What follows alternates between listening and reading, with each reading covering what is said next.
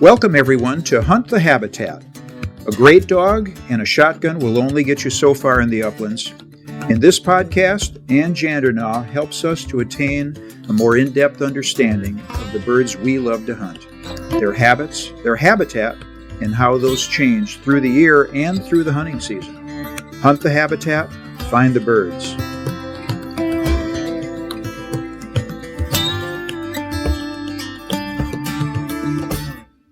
Welcome back, friends, to another edition of Hunt the Habitat with Ann Jandernaw, brought to you by Scout and Hunt Maps. And Ann, we've had an interesting time doing prep for this particular event. We had some epic storms roll across the state. Yeah, they were pretty wild here. Super hot during the day, hit like 90-something. I was getting ready for bed. And had sort of gotten everything inside cooled down, because when I turn off the generator at night, it's just peaceful and quiet, except for the storm. And the lightning was flashing and the thunder was rolling, and I laid down, the lights were off. Behind me, through the window, it was flash, flash. And then boom, boom, shook the whole building.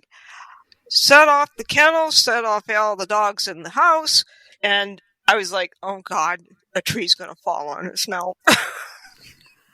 I mean, that was amazing. Too close for comfort. And the dogs were trying to look out the window. Usually they look out the front, but they were looking out the window, and Yuka wouldn't stop running around barking. So it was like, I hope this was the last one. And it was the last really close one. But, I mean, what was weird, it was so quiet for a little while. And then a storm comes and then it goes. And I guess another one was coming in right behind it. And all of a sudden, you saw the flashes, but that flash was very close to the building. Too and close. Then you came up missing a dog. Yes. Brody, he just turned 11. I couldn't find him. He has learned to take his paw, open up the cupboard door, and climbed in there. And he was in the cupboard, so I thought the cupboard door was just open, and I went and shut the door. Not knowing Brody was in there. Oh, and the other part I didn't tell you about, he tore a hole in the bag for the popcorn. Okay. So he's in the cupboard with the popcorn. But was this popped popcorn, or were these seeds? It was popped. Oh, Lord, he had a good time. Yeah, I'm running around yelling, Brody, Brody, Brody, and the other dogs are looking at me, and no one's looking at the cupboard. And Brody's in there, take your time, Mom, I got the popcorn. Yeah, I got the popcorn, and I'm in the cupboard. and it's like, finally, I heard something, and it was like, what's wrong? What's in my cupboard? I thought, oh no, it better not. I opened him up, and he's laying there with a bag of popcorn, and he had eaten a whole bunch of it. I thought, oh my God. Whatever. And Brody's looking at me like, yeah, it's good popcorn. Yeah, I'm fine, Mom. Don't worry about a thing. Yeah, don't worry about it. That was good popcorn. So I threw the rest of the bag up, cleaned the cupboard, and looked at it, and I thought, I hope this doesn't happen again. And so far, he's left the cupboard alone. So. Okay. Well, we were talking about what to cover this week. And of course, again, hunting season is on everybody's mind. We are thinking about where we want to go, how we want to start the season. And got bored. Ann never gets bored. Folks, Ann never gets bored. She's always got something going. No, but one of your maybe frustrations, that's probably too strong a word, but people have a lot of resources now. They have your maps. They have Google Earth. They have, obviously, boots on the ground. Many of us have many years in the woods, and yet we still make a lot of what we call rookie mistakes. Ways that Are we going to tell them how we came up with this list? Or I came up with the list? Yeah, you came with the list? Yeah, well, sometimes I like to look at GPT. So I thought, I wonder what it knows about grouse hunting. So I typed in rookie mistakes grouse hunting. It came up with a pretty decent list. And I was sort of surprised at it. So I'd give it a thumbs up. It wasn't too bad at all. So number one that hits the list for grouse hunting mistakes is lack of scouting. And not spending time scouting the area before the season opens. And why is it a problem? Grouse are often found in specific habitat that changes with the season. Without scouting, you might end up hunting in areas where grouse are scarce. They've been listening to our podcast. I think so. But taking that a step further, let's just take it this way. Like Steve mentioned, we have all these resources now. We've got maps, we've got Google Earth, we've got, of course, people are talking to each other and getting ideas and all of that. But still, when I look at the map, and I've tried scouting without them, and I know I'm probably a little bit partial, but I've gotten to relying on them very heavily. Because not only knowing the age of the cut, which is critical, is knowing what surrounds that cut. And if I have pines, I know that that's a place for inclement weather. It'll be dry underneath there when there's dew. They'll get out of the wind, and it's a place that they use as a resource to get away from things or to stay out of the elements. So I look at what an area offers around that cut. If it's older aspen habitat all around it, there's not enough diversity there. But if there's some diversity, that's the key. And that gives you more edges. So that's something to think about scouting. This isn't going to take the place for putting boots on the ground. There's no way, no how it will ever take the place for that. But it gives you a starting point. But think what a grouse needs. A grouse needs diversification of habitat. And it's not one size fits all. I need this habitat for weather. I need this habitat to give me an edge so I can slink from one area to the next. I need to form an escape route. I need this habitat to feed. I need this habitat when there's dew and it's dried off first here. I need this habitat to get in the shadows and to loaf after I've got my fill of whatever I'm going to eat. And I need edges, lots of edges. So that's my thinking of lack of scouting. You got to think what these birds needs and the time of the year, and then look at the map and look at what that cut is providing for habitat around the cut. So that's number one. Talking about shelter, we've talked a lot about what the birds need early season and forest floor and things like that. We've kind of beat on that pretty hard over the last couple of months. Are conifers real important for that early season habitat? Do they still need those conifers? Where are they going to escape to? Okay. Yeah, they're going to need it at some point. Where they need to go, where are they going to need when the weather gets bad or the winds are howling? It's still weather. So where do you think their moms took them? They took them into that type of shelter. She's been slowly diversifying their habitat throughout the summertime. It's not been all the same thing. They've actually worked into different aspects of any cut because if you think about it, she's spending time just meandering around really sort of where she needs to be is too. And that's one thing you think about. What are her needs? And the young ones are learning from her needs as well. Okay. As you work with people, you certainly work with a lot of people with your own maps. And as people are evaluating that, what's the number one mistake they make while they're reading maps? I think they only just look at the cut. They don't look at what's around the cut. Okay, basically what you just said. All right. Yeah, they're only seeing part of the picture. The other mistake is certain times of the year, they need more areas to get out of the elements. And if it's a hot day, they're going to shut down quick, which means they're going to loaf someplace where it's a little bit cooler and out of the sun. But the other thing is that many times they don't look at the weather and when it's going to get hot and how far back they're going to plan on going into a cut and thinking they're going to cover the whole cut and get back before the dog's keeled over because of the heat. You need to watch the temperature and how fast the temperature rises. And you can go in there into the app and you could measure the distance from where you park your vehicle and sort of get a rough loop that you think that you're going to do or something like that and measure it back and think about the amount of time it's going to take.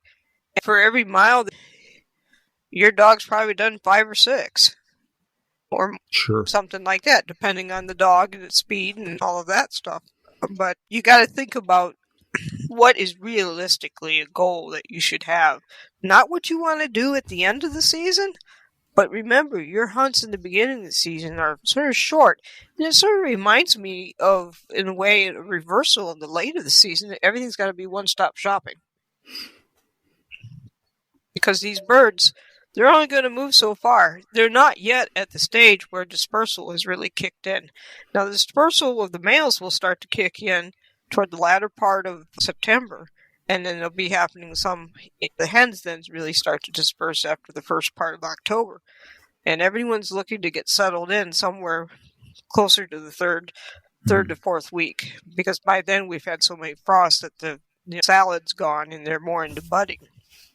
But you have to think what the birds need, what your temperature is, and what you can realistically cover. And also make sure you take extra water. It's not so much you're on this mission to cover all this ground. You want to make your hunt as efficient as possible and hit the highlights of an area and hit where more transitional areas occur.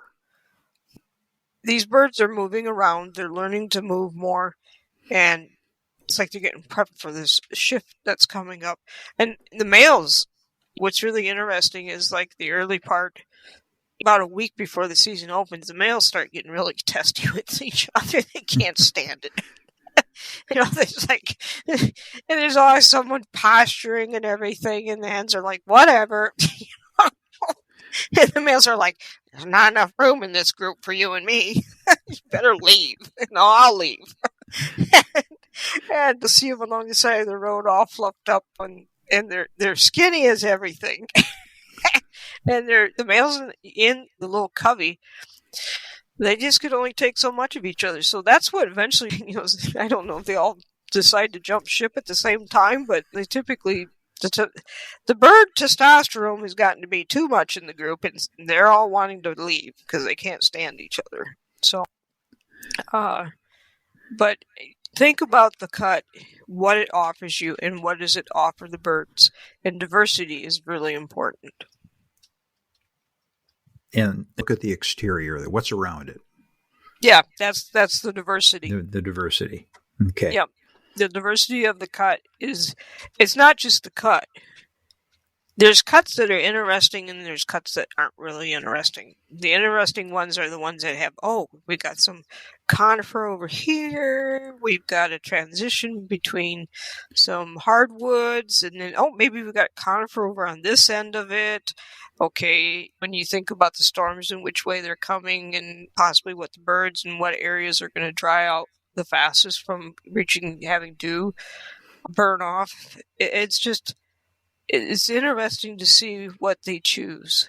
And that's the key. Watch what the birds are choosing and when are they choosing it and what your temperatures are and time of day and all that good stuff. So keep a journal. Okay. I think an awful lot of us do this. We do keep a journal, even if it's a cut we haven't visited yet. But if it's something we find interesting when we're looking at the maps, we'll try to keep that logged in. That's the only way you can. Personally, it's the only way I'm going to remember it. I can mark it on a map. I can do that, but I would rather keep a little notebook. Yeah. When I used to have the paper maps, I'd code it. had one guy, he's traveling and he's looking at the map and he's turning it this way and he's turning it that way. What?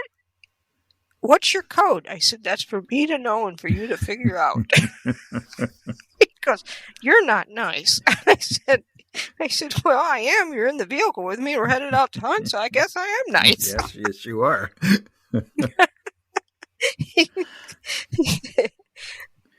And about that time, he reaches his pocket. He says, "Candy bar." Oh, he knew how to drive Bribery. you. Yes, he knew about the sweet tooth. Yeah. A few minutes ago, you talked about early season hunting and getting in, getting out, understanding your objective on the map, in the cut, what you want to investigate, and then understanding your time in the woods may be limited, so get in and get out.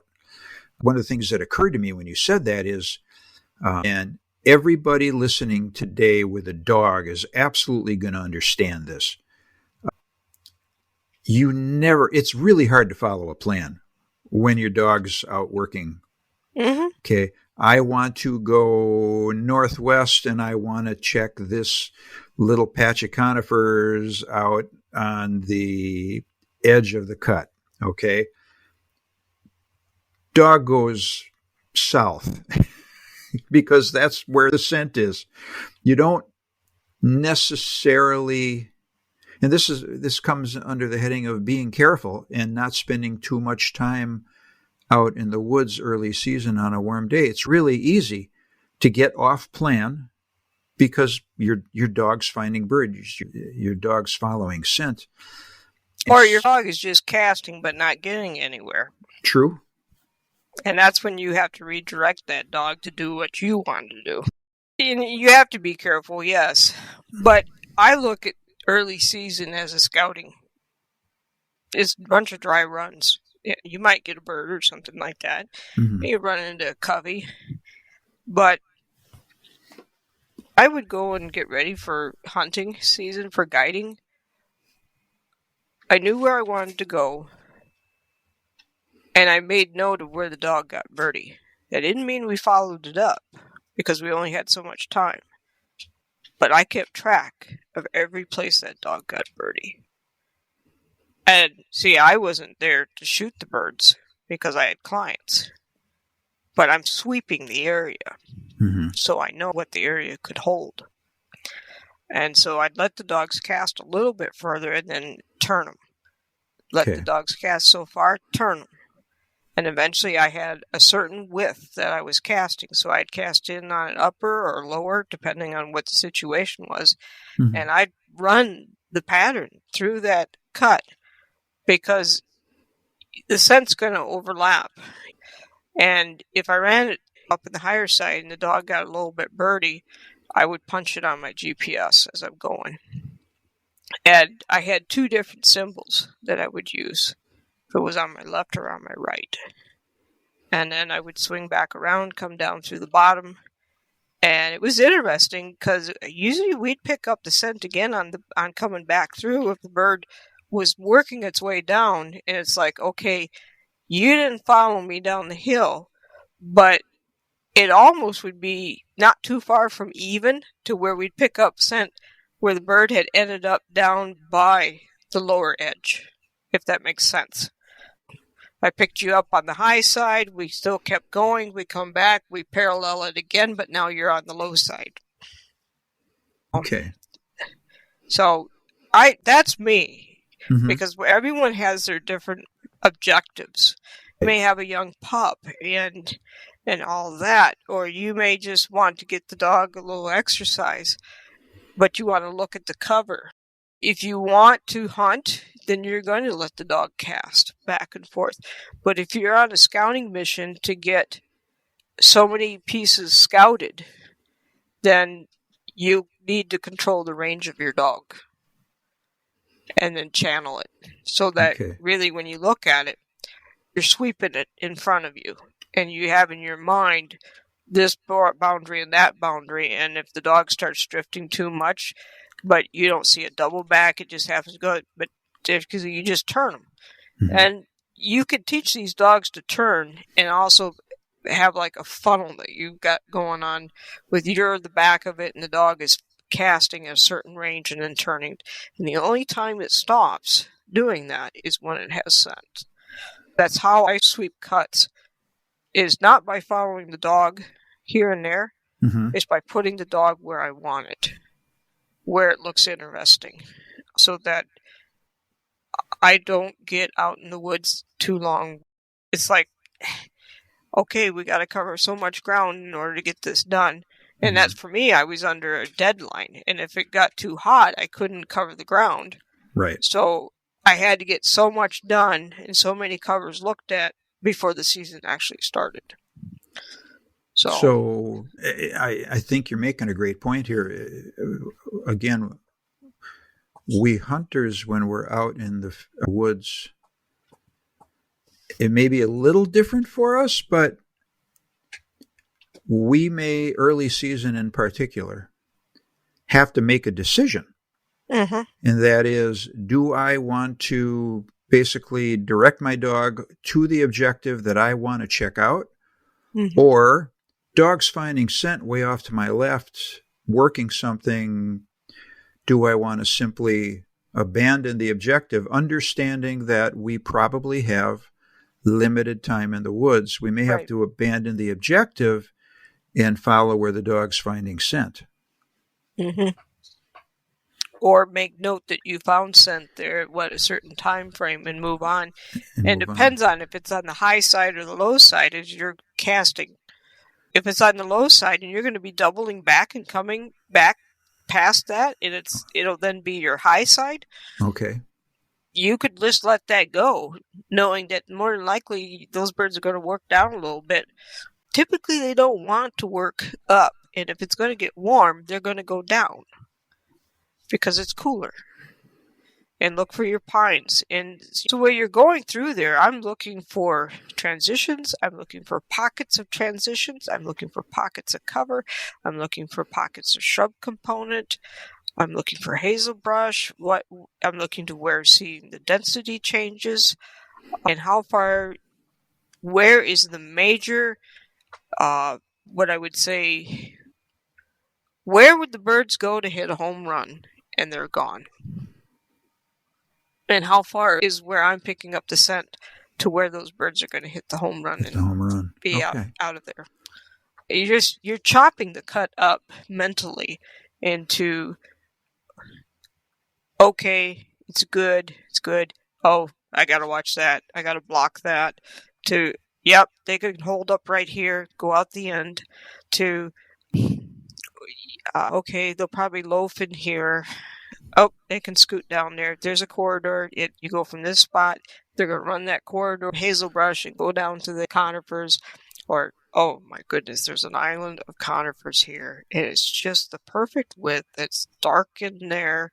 And you just let your dog go around one side. You go around the other side. See if the dog gets interested. And you take a look at it and say, oh yeah, a bird could hide in there. Feels pressure, hide in there. You're looking for droppings, you're looking for feathers, you're looking for anything that gives you a signal that there's a bird. And if you do find birds and they go up and then come back down very quickly, or they go up and just stand in the tree and look at you, they haven't been pressured. Make a note of it. So those are all things. You're pulling that cut apart, thinking about all those different pieces. That's a really interesting way of saying it. We talk about cuts, and when you get a bunch of grouse hunters together, we talk about cuts. We'll talk about age of cut and all that, but you're talking about this in a much more detailed way in that you're saying, take that cut apart and evaluate it piece by piece. Mm-hmm. That's a really different way of thinking about it than most of us do. Well, it's because of the guiding. I had a lot of years of guiding. And everything you're doing and everything you're looking at is for the benefit of the client. Because you're getting paid to do it. And definitely don't want to come up empty-handed. And that's the only way I learned it. And I've had some phenomenal, to me, they were more than once-in-a-lifetime dogs. And I learned a lot from them. I already had the background with forestry, but the dogs taught me a tremendous amount. And I learned to not let the dogs just run where they wanted to, but after time, I'd be looking for the cover that they found the birds over and over and over again. But the key to it, too, is not everyone has this opportunity, is hunting through the seasons and the changes. You have different criterias for different times.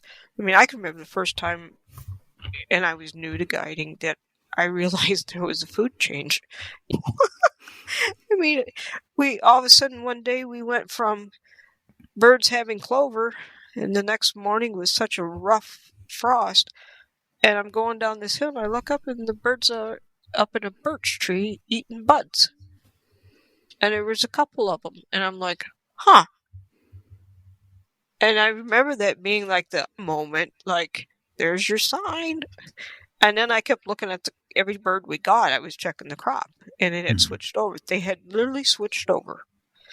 And so, and there's a lot of aha moments that you get a chance to see, but unfortunately, I realize that people don't have the chance to see all the changes, because when you see the changes, it really makes you realize the needs of the bird and how it does change with the season, but even how they're shifting. They're doing a lot of shifting. We think we're doing a lot of shifting. They're shifting even more.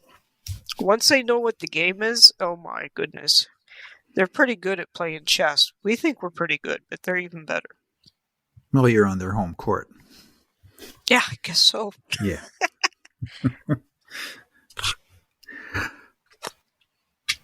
Getting back to rookie mistakes, does this whole conversation, let me reframe this a little bit. Can not planning your hunt be considered a rookie mistake?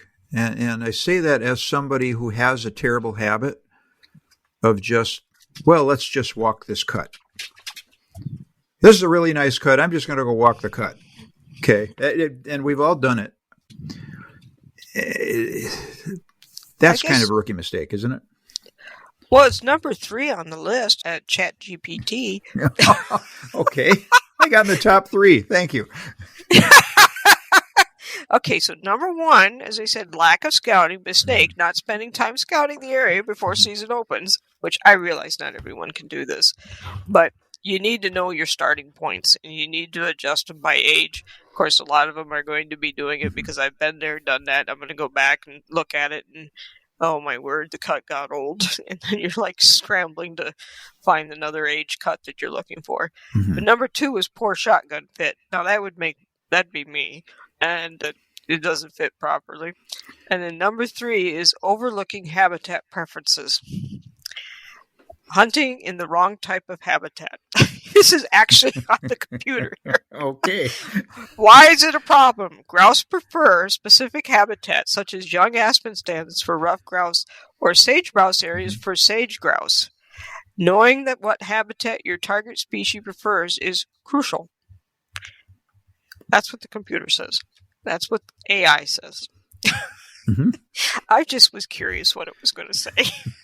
But it is. I mean, all these birds that we hunt that are truly wild, not stocked, okay, but are truly wild, are very habitat specific for safety, security, for being able to evade predators or human, to provide food sources and shelter and everything.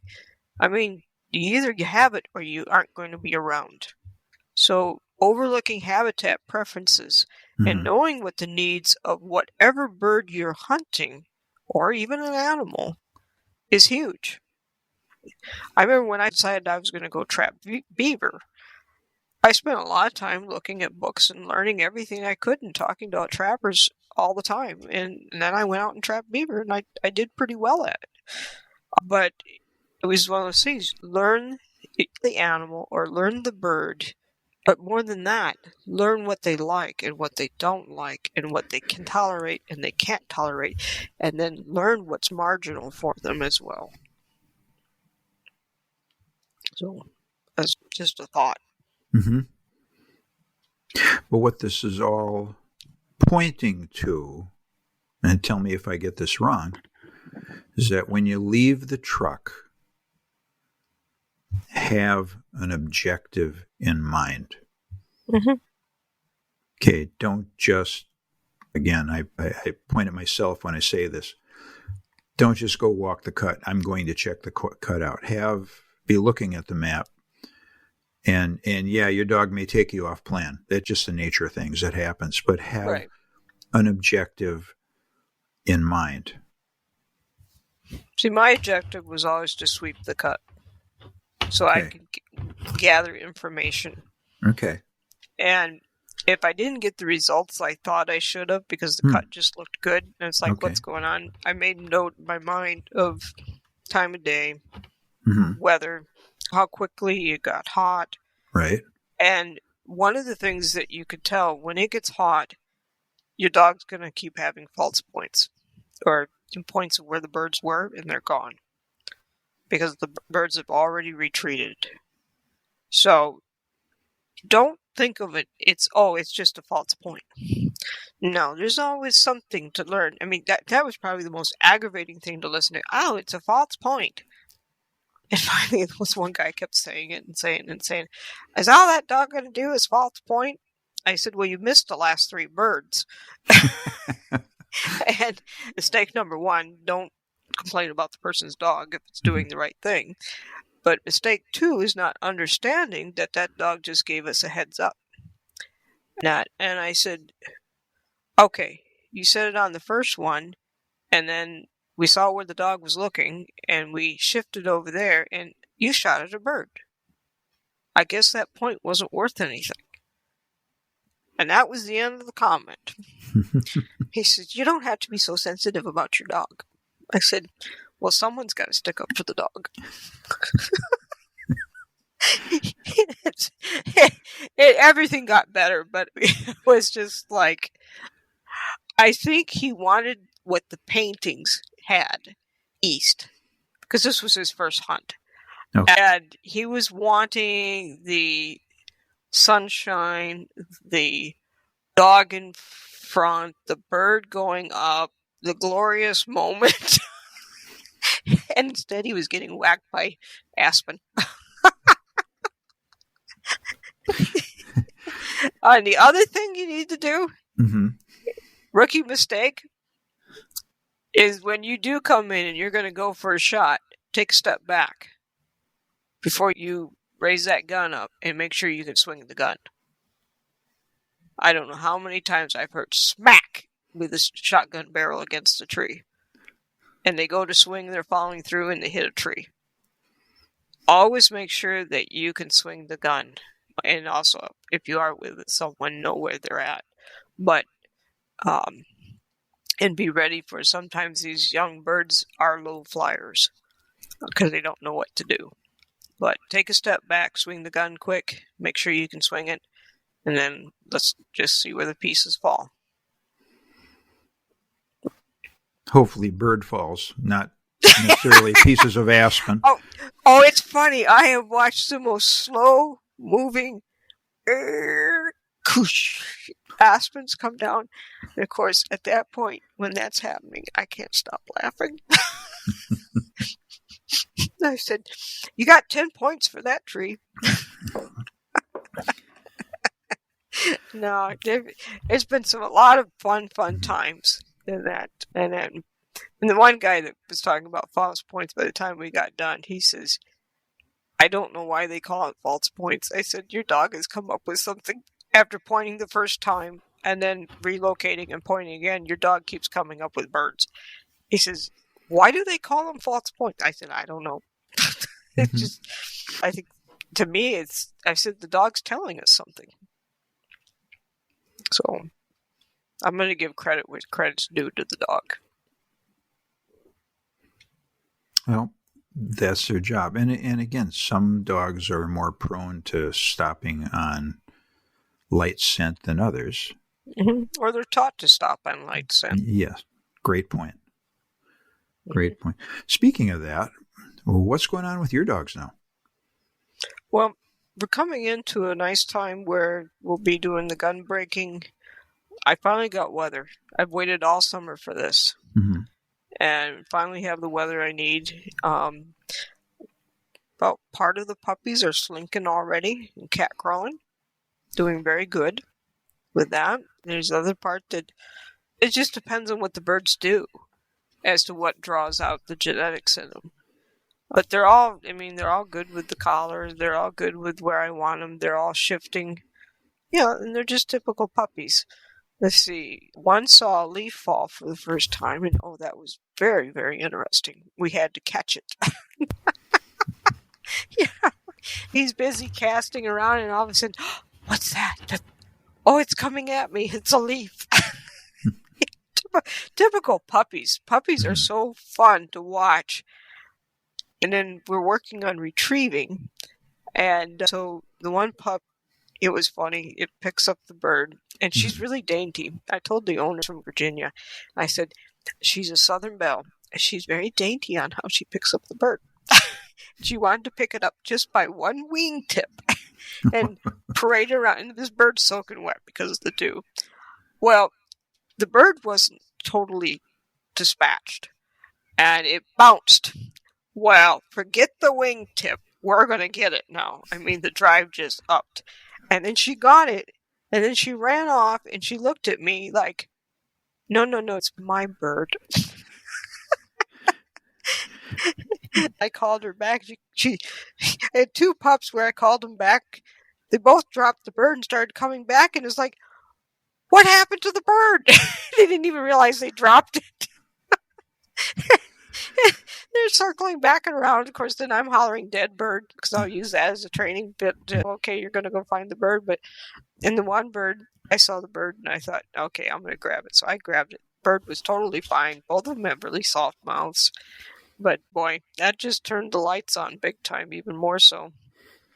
They're doing good.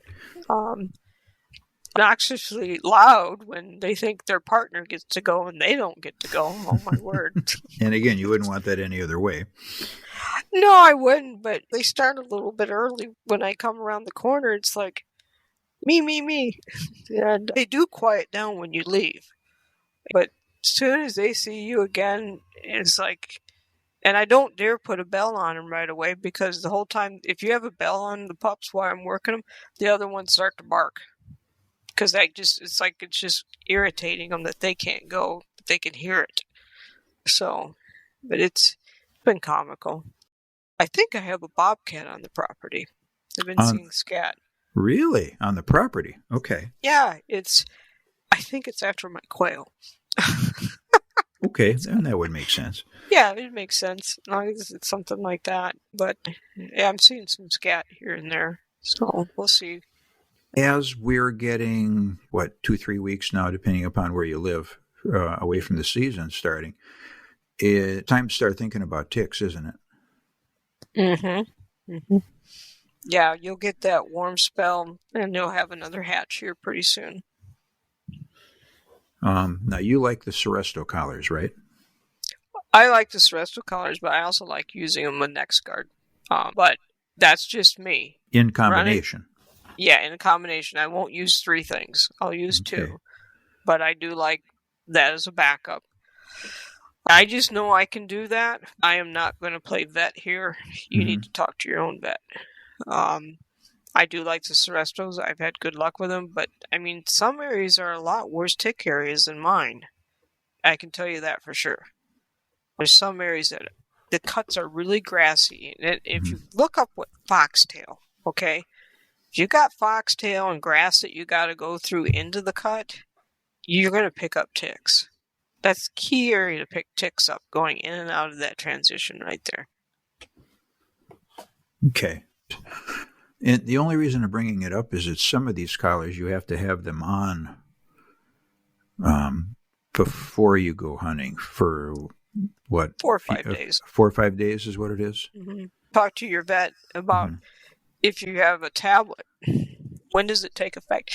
And the other thing is to talk to the vet is some of them are 2 months or 3 months, and there's some that are 1 month. Rocky Mountain spotted fever is been over in the parts of Wisconsin.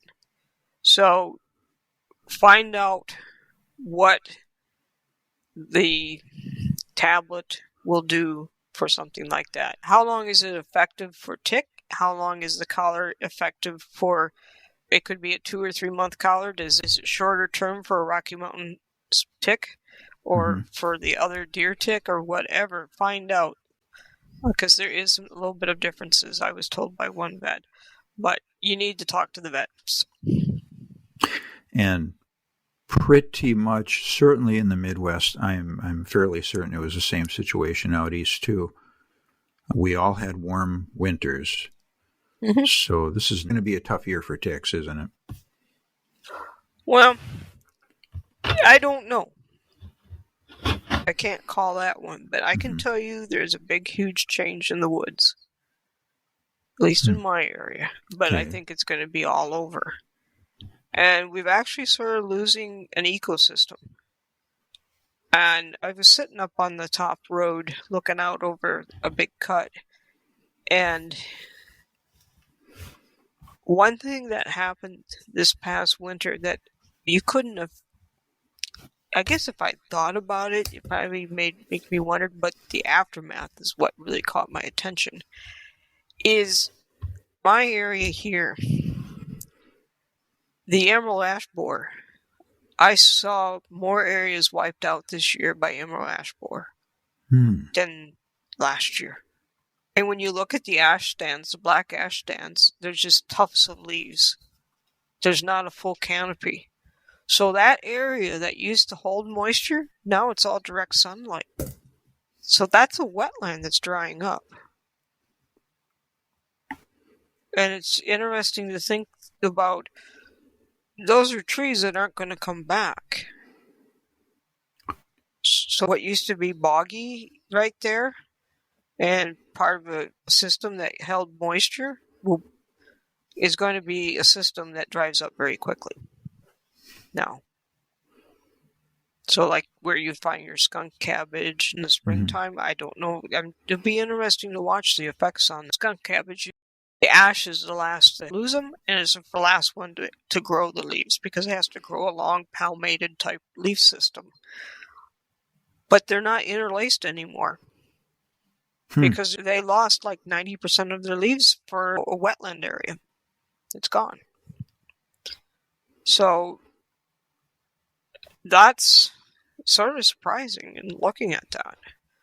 So a lot of those areas, I suspect you'll be able to walk through the swamps. Yeah, things will drain down to it, but it's going to evaporate out of there a lot quicker, which could affect the mosquito population, which I'm not against that.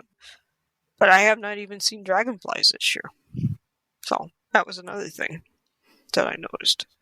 I mean, I just was shocked at the amount of black ash that are dead now. And it was everywhere I've gone, I've seen it. So it's really wild. Yeah, that's working its way north, it seems. Down here in the southern part of the state, we've had it for a while. And matter of fact, I lost an ash tree out of my front yard. I finally had Was it black or green or white? White ash, I believe. Okay. But it fought the good fight for about 15 years. Finally, we just had to have it taken down. Well, this was like over winter. Okay. These trees that I had seen had full foliage last year. There's no foliage. I mean, 80 to 90% of it's gone. It's extremely drastic. That is quick. Yeah, it was shocking. So, but yeah, I mean, I think a lot of it is when you think about your first hunt for the season, have patience, think about your weather. If you miss, follow up. Shooting at the wrong times, your timing and everything could be a little bit off. being quiet in the woods. Don't overlook the habitat preferences of the grouse. Have the shotgun fit. Lack of scouting. That's what ChatGPT says.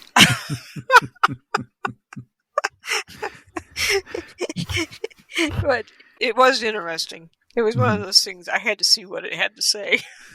I was curious. Well, we can't all do much about shotgun fit. Most of us are shooting shotguns off the shelf, but we can do something about practice. Mm-hmm. And that's important. And it certainly is time. It's certainly, again, some of us have been probably shooting a little bit more. I haven't personally for a lot of reasons, but starting to now. And it's time to get out, get a hand thrower, get a foot activated thrower, go to your skeet range, go to your trap range. One thing you can do with if you have access to a trap house is stand not all the way back on the 16-yard line, but maybe 10 yards back, 8 yards back. And maybe start out with straightaways, but then let it oscillate and shoot those angles. And it's marvelous practice. And those birds come out a lot faster than any wild bird ever will. If you can hit those, and if you can learn to take your time and shoot them and not rush, you're going to be in really good shape. That's a great workout. There's so many things, but in the long run, enjoy your hunt. There's no better time to be in the woods than in the fall. It's just beautiful. Absolutely. Absolutely. And is there anything else you wanted to cover this evening? I don't think so. I think we're doing good. If you have questions, go to our website. You can actually go now to the contact page to contact us, and it'll have a section there where you can also fill out questions. And if you have questions, please send them in, and I'd be glad to chat about them. I appreciate everyone that listens to the podcast, and I appreciate you guys taking the time to listen. All right. And with that, I will also remind you about Scout and Hunt maps. Offline all the time, always there for you, giving you the information that you need to be successful. And always remember to hunt the habitat. Thanks, Sam. Thank you, Steve. Have a good evening. You too. We'll see you. Yep. Bye. Bye-bye.